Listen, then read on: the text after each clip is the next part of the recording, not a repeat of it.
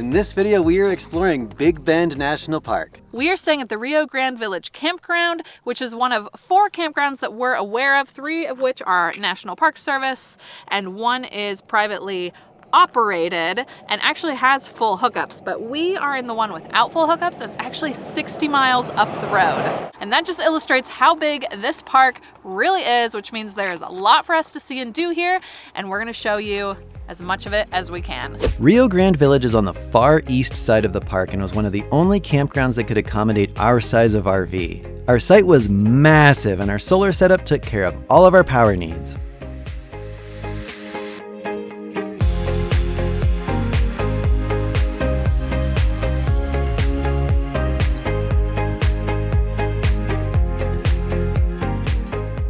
From here, it's an easy walk down to the river, and it's fun to know that you're looking into another country from the riverbank.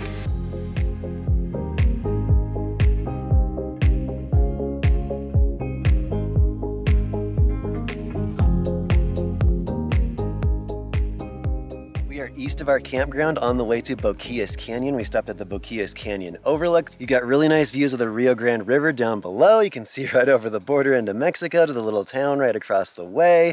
The views from here are great. I'm really excited about the hike coming up. It's amazing how big it is even from here. There is a hike that you can do into it. That's a 1.5 mile round trip. It's just amazing to think the Rio Grande River carved its way through that canyon. That's one of 3 canyons here in Big Bend, and one of them, the Santa Elena Canyon, if you stay to the end of the video, we are going to hike into. We actually hadn't planned on hiking this 1.5 mile trail. We could see these giant cliffs from our campground, but because Big Bend National Park is just so big, we originally thought we'd check these out because we were already so close and then continue on. Boquillas Canyon is narrow, over 1,300 feet tall, and only looks more and more inviting the closer you get. How could we not go in and check it out? Being so close to the border, we'd heard we might encounter some friendly Mexican vendors, and this trail in particular is a popular place for them. The National Park Service website also asks that you don't buy anything from them. Of course, our kids are kind of obsessed with horses, and before we knew it, they were posing for pictures in a saddle.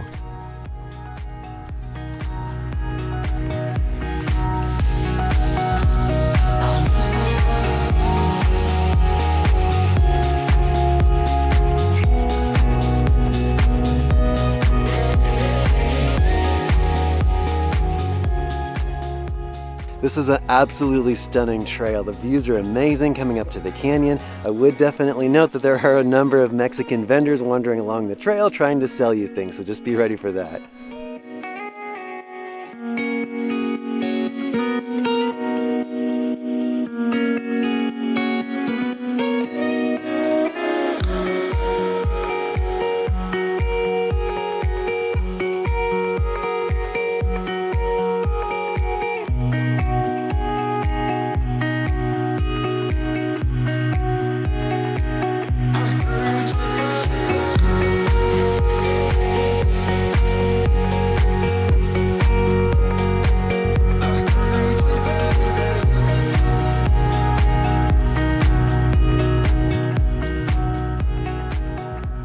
Well, Kevin is a little upset with me.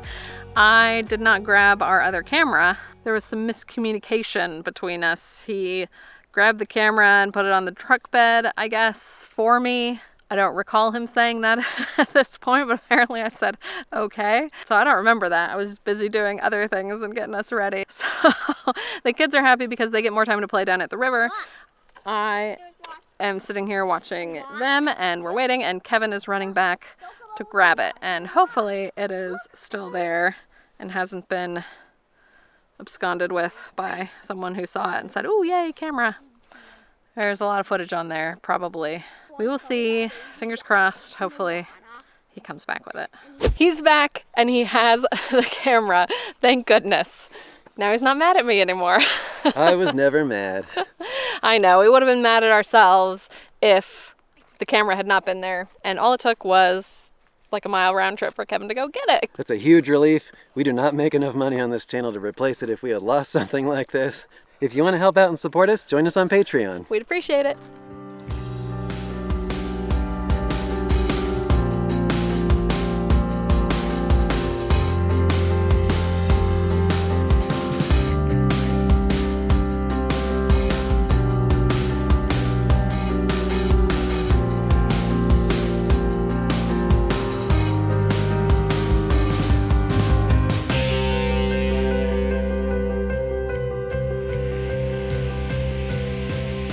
Looks like we have come to the end of the line here on this trail.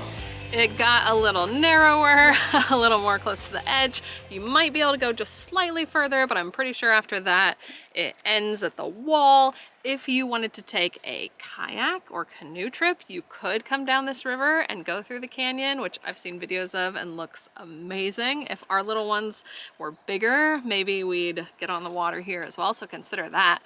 But for us, it's time to head back to the next thing.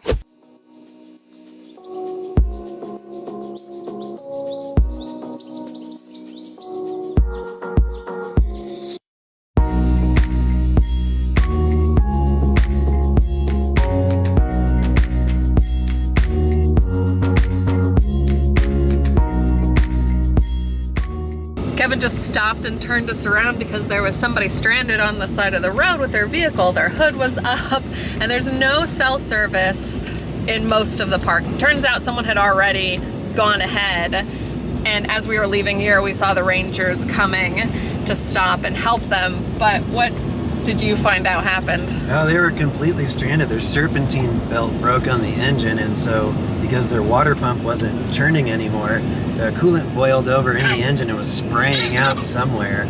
So they can't drive anymore until they get that done, so I imagine they're gonna have to get towed a long way out of here. They lost it on the road going to the hot springs. And if you don't know that Big Bend has a hot spring, that is something you should check out. We are actually very bummed because the road says no RVs and no oversized vehicles, and we thought, well, are we really oversized? We fit in a regular lane. But sure enough, I watched another YouTube video. I caught sight of the sign as you're going down the road in that video that actually says no dual wheeled vehicles, and that's us. We're sad because it looks really neat. It's in the foundations of an old bathhouse that used to be there, and it's only about a quarter mile from the parking lot. You walk down to it, you hop in this hot springs that's about 105 degrees, and you enjoy a soak, and the Rio Grande is right there. You can hop in there to cool off and then hop back in the hot springs. So check that out if you want. On to the visitor center.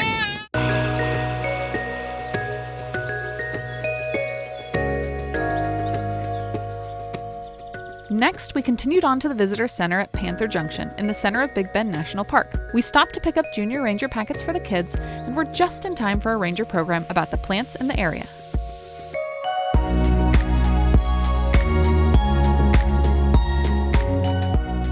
As you saw, we just finished up at the Visitor Center, and the interesting thing is there's not just one visitor center in the park, but 5. So you can go to any one of those or multiple ones of those to get your Junior Ranger packets. If you have kids, to check out exhibits. Some of them have park movies, talk to rangers, figure out what hikes you want to do. And then where we're at now is the Fossil Discovery exhibit. And you should definitely come here as well because it's really, really interesting, whether you have kids or not.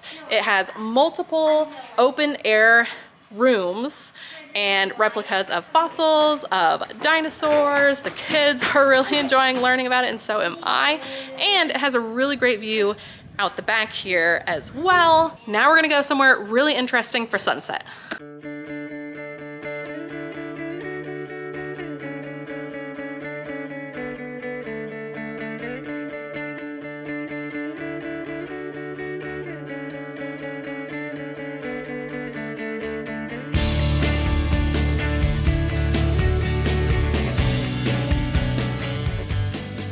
Now made it to the Chisos Basin part of the park, and if you did not hear about this part of the park and were thinking you were gonna skip it, don't, because it is amazing. The drive in here was absolutely phenomenal. It's unlike anything else we've seen elsewhere in the park. It is just so pretty. There are these huge striking rock outcroppings everywhere. There's this one right behind us with the moon rising over it, and just everywhere you look there are rock fins and spires. Very, very beautiful. This is by far my favorite part of the park so far, and we just got here. The views are just amazing. I don't think we can say that enough.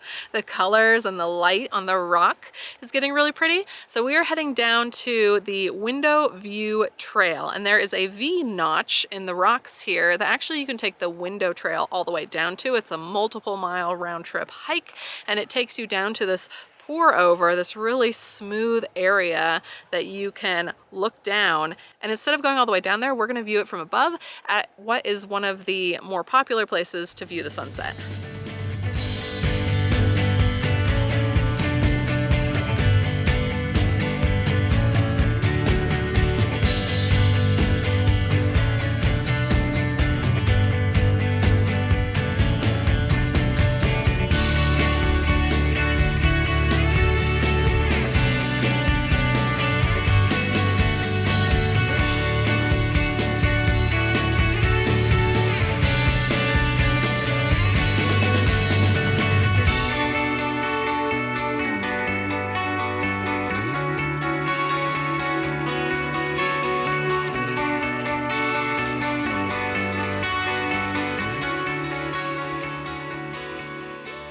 The view here is really beautiful. We're really enjoying it. If you have more time, you might want to take the hike down, but remember you have to come back up if you're gonna see the window up close. But we're really enjoying it just from here. And for this being one of the supposedly more popular places for seeing the sunset, we have it all to ourselves. So we're gonna sit and look at this view just a little bit longer, then we're gonna head up to the lodge because up there is a restaurant with great views of this as well, and we're gonna catch some dinner. Tomorrow we have a big day ahead of us with one of the things we are looking forward to most in the park to wrap up our stay here, so stay tuned.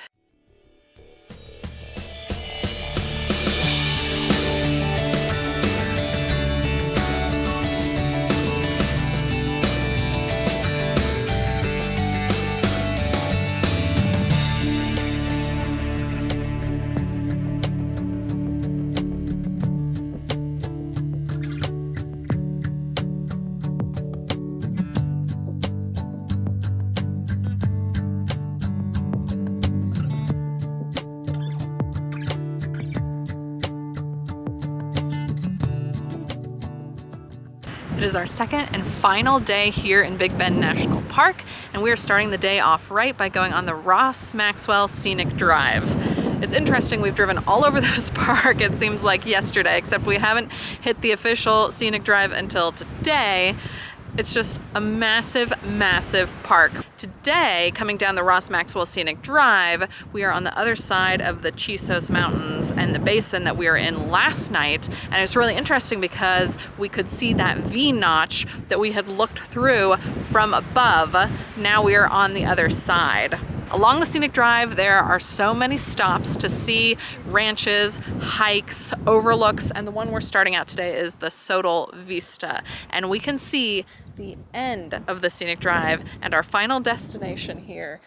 Teeny, teeny, tiny, and it's gonna be massive when we get there, but the Santa Elena Canyon. Just getting a glimpse of it from here. I can't wait to go and hike into it. So stick with us for a couple more overlooks, and then we're gonna go into another amazing canyon.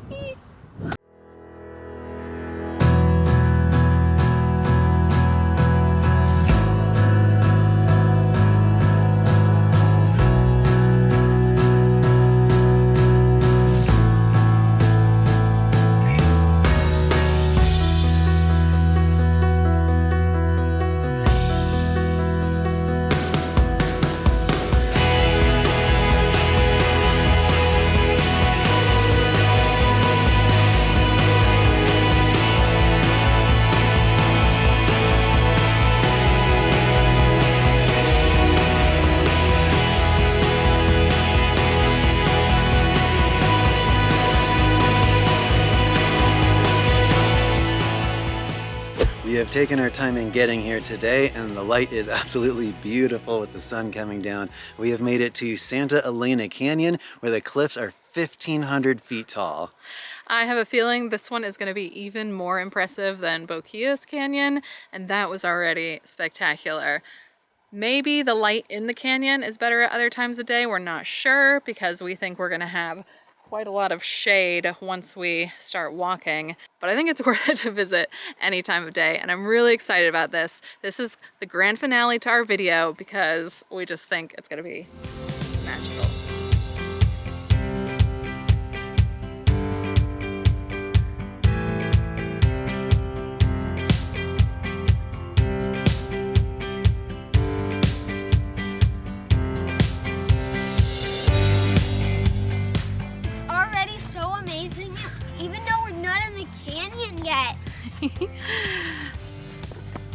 Can't wait.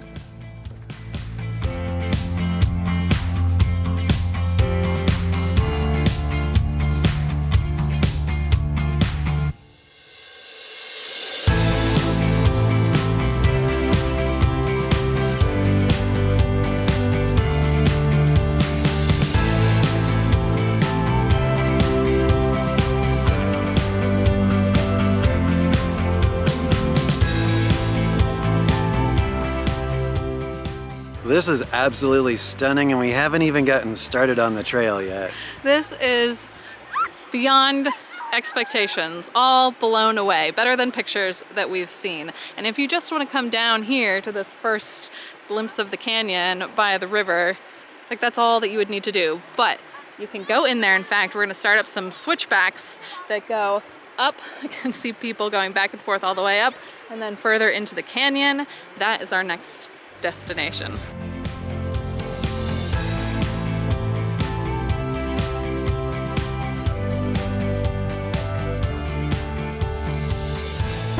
Unfortunately, I think we're gonna end this video on a little bit of a down note.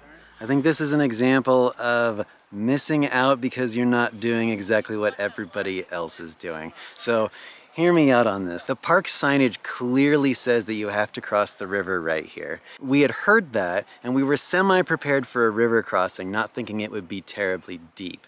But it turns out that it's actually pretty deep right here, and it's in a bunch of sucking mud. Yeah, it is like really squishy, and there are deep footprints even just on the bank here. Yeah, it's bad. I don't think the kids would make it, and then of course it's not something I would want to do with a baby strapped to me. I think we would be completely muddy and wet, and we do have some changes of clothes for some people, but I think Kevin and I would be riding home in our underwear, basically, Yeah. if we did this, and it just didn't seem safe. There is an alternative that some people are using. They're going up the riverbank, crossing over where the gravel bank meets the other side.